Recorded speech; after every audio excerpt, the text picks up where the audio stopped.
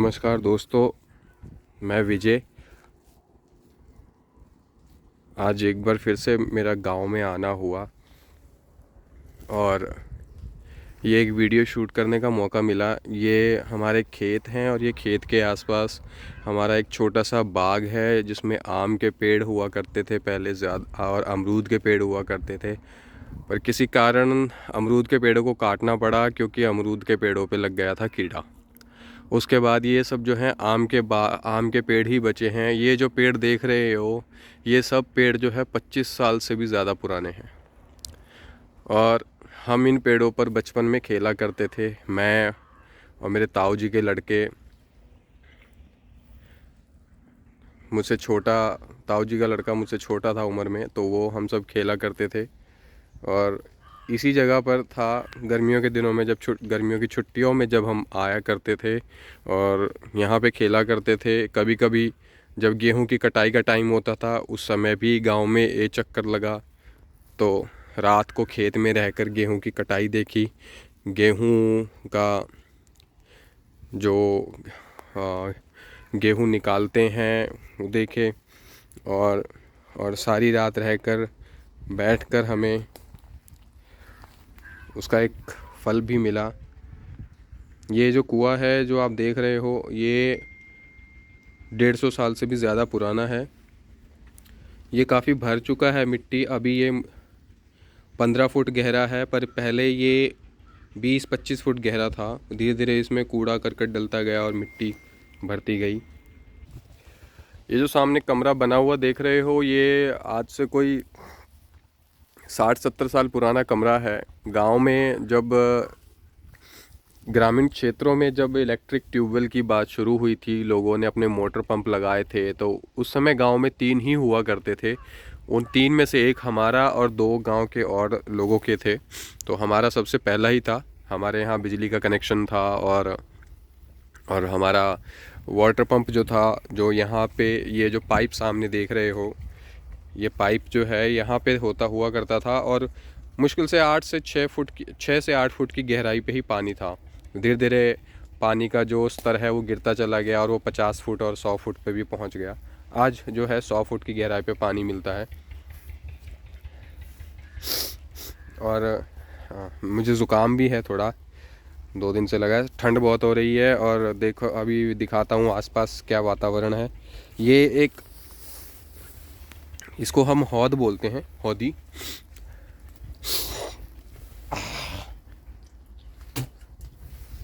इसमें हम खूब नहाया करते थे छोटे होते हुए, मतलब जब 6-7 साल के थे, मैं और मेरा भाई। और ये छोटे वाली थी, इसी में पहले नहाया करते थे। इसमें नहीं, बड़े वाली में नहीं जाया करते थे क्योंकि मेरी जो लंबाई थी वो कम थी उस समय के हिसाब से। और इसमें फिर छोटे होते हुए ये जो छोटी, यहाँ पे छोटी छोटी नालियाँ, एक नाली हुआ करती थी जिसके सहारे पानी आगे खेतों में जाया करता था। तो उसी पानी से, उसमें ही कभी कभी बैठकर हम सारा पानी रोक दिया करते थे और खूब मस्ती किया करते थे। सामने देख रहे हो कितनी धुंध है, और अभी तो कम हो गई है, पर फिर भी जो वातावरण है उसमें थोड़ी सी ओस जो है वो गिर रही है। और ये एक आम का पेड़ है, इस पे अब तो सर्दियाँ हैं, अभी तो कुछ फल दिखेगा अभी नहीं, कुछ भी नहीं पता लगेगा। अमरूद का पेड़ है, एक बचा हुआ है। ये जो है, इसका एक फल नीचे गिरा हुआ था, पर वो अभी जो था बिल्कुल कच्चा, और अभी कुछ फल नहीं है इस पर। हम बचपन में थे, हमें ये कह के डराया जाता था कि इन पेड़ों पे एक सांप रहता है और बहुत ही ख़तरनाक जो है सांप है वो, और उसकी एक फुंकार से ही आदमी 6 फुट दूर जाके गिरता था। पर आज तक वो सांप जो है, वो नाग जो है, हमें आज तक नहीं दिखाई दिया। हमारे दादा जो हैं, है नहीं असल में, थे, अब तो स्वर्गवासी हैं। और वह भी हमने बचपन से जब देखा उन्हें, तो वो, उनकी उम्र इतनी हो चुकी थी कि वे कहीं आने जाने में असमर्थ थे, तो खेत पर कभी कभी ही आया करते थे। जब बहुत छोटे थे, 3-4 साल के, तो हमने 1-2 बार उन्हें खेत पर देखा। ये सामने गन्ने की फसल है। गन्ना, सबको पता है गन्ना क्या है, और गन्ने से चीनी, शक्कर बनती है, गुड़ बनता है। पहले जब हम इस सर्दियों में दिवाली के आसपास गांव में आया करते थे, उस समय मतलब अक्टूबर से ही सर्दियां शुरू हो जाया करती थी। और देखो, मैं एक अपना भी चेहरा दिखा देता हूँ। आज सर्दी है तो मैंने और खुद को डबल पैक कर रखा है, वूलन कैप लगा रखी है और साथ में एक मोटी जैकेट पहन रखी है ठंड से बचने के लिए। तो सर्दियों में जब हम आया करते थे तो हमें बचपन में ही जो थी गुड़ की चाय मिला करती थी। उस गुड़ की चाय के साथ कभी कभी जो आज हम रस खाते हैं, जिनको रस कहते हैं या इंग्लिश में बटर टोस्ट कहते हैं, वह गांव में मिला करते थे। उनको बोला करते थे पापे। अब तो जो हमारी जो जनरेशन है, हमारे बाद की जो जनरेशन है या हमारी जनरेशन के भी बहुत सारे लोग हैं, उनको भी याद नहीं होगा कि रस जो है वो भारत देश में ही पहले से ही था, किसी बाहर से नहीं आया। और वह खाया करते थे। हमारे घर में जो था, हमारे घर में जो कभी गांव में चीनी की चाय नहीं बनती थी, उसका कारण यह था कि उस समय चीनी बहुत महंगी हुआ करती थी, गुड़ जो था बहुत सस्ता और शक्कर भी बहुत सस्ती हुआ करती थी। तो वो गुड़ और शक्कर जो था वो उपलब्ध था, सर्वत्र उपलब्ध था। और दूसरा कारण यह था कि उस समय जो शुगर मिल थी वो बहुत कम थी।